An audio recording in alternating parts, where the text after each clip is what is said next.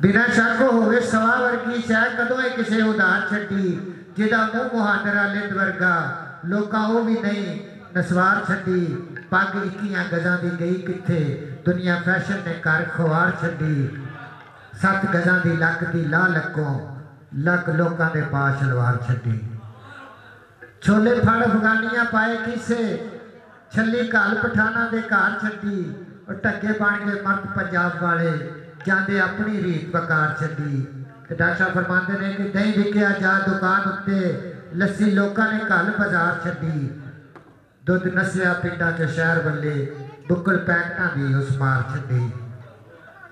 ते जदों गोए तरकड़ी तुल गए ने किथे तुलन के खान अमाल साडे जदों गोए तरकड़ी तुल गए ने किथे तुलन के खान अमाल साडे जन्नत वालड़ी तलब नहीं रही उका असा सोच ही मनो वसार छड्डी ते जनाब साडी इस परिया दे अगले परौणे लाहौर तो तशरीफ लियाए ने जनाबे असलम चौधरी डॉक्टर साहब फरमाते ने मैं गया वा निट के पाए उत्ते पैर अपने इंज संगूड़ के मैं ओदे मुख तो लाई नहीं अख थले बन्नी हुई एक था नूड़ के मैं ते सुता समय ना जागदे वांग मैनू सुता समय ना जागदे मांग मैनू अखी रखियां घेड़ अगूड़ के मैं आया मलकड़े लंघना सूट विचों धूड़ लोकां दे सिर च धूड़ के मैं ते हुण कत्तना तुंबना नहीं उक्का पच्छी सट्टी अघेड़ अगूड़ के मैं बाबा जी अदल साहब हुण कत्तना तुंबना नहीं उक्का पच्छी सट्टी अघेड़ अगूड़ के मैं धारा लैन की लोड़ नहीं एड मैनू हिस्सा चौड़ियां नहीं लत्तां जूड़ के मैं ते टट्ठी खेड़ भी इश्क मजाज वाली दसा गल नखेड़ नकूड़ के मैं लीरा निकलियां और कोस विचों कितों वेख लिया देड़ दूड़ के मैं पीटी फकर दे नाल फकीर दी गंढ जिवें जिंद ते जुस्सा ने खान इको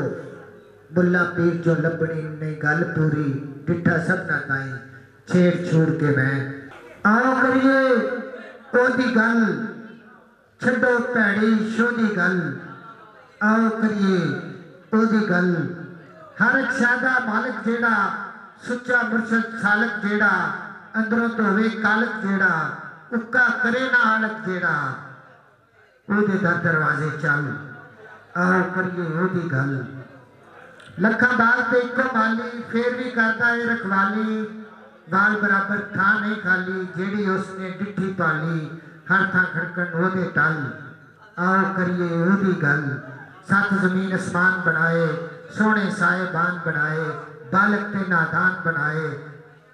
वखरे वखरे हान बनाए हर मुश्किल नो करता हल आओ करिए ओदी गल सूरज चंद सितारे ओदे निक्के वड्डे सारे ओदे सब्बे बोल दुलारे ओदे फकर मकाम विच चारे ओदे खबरां रखदा एक एक पल आओ करिए ओदी गल वो हर जर्रे सावां दे विच वरसा होके हावां दे विच धुप्पां दे विच छावां दे विच उच्चे नीवें थावां दे विच खाने जिक वाजी ठल आओ करिए ओदी गल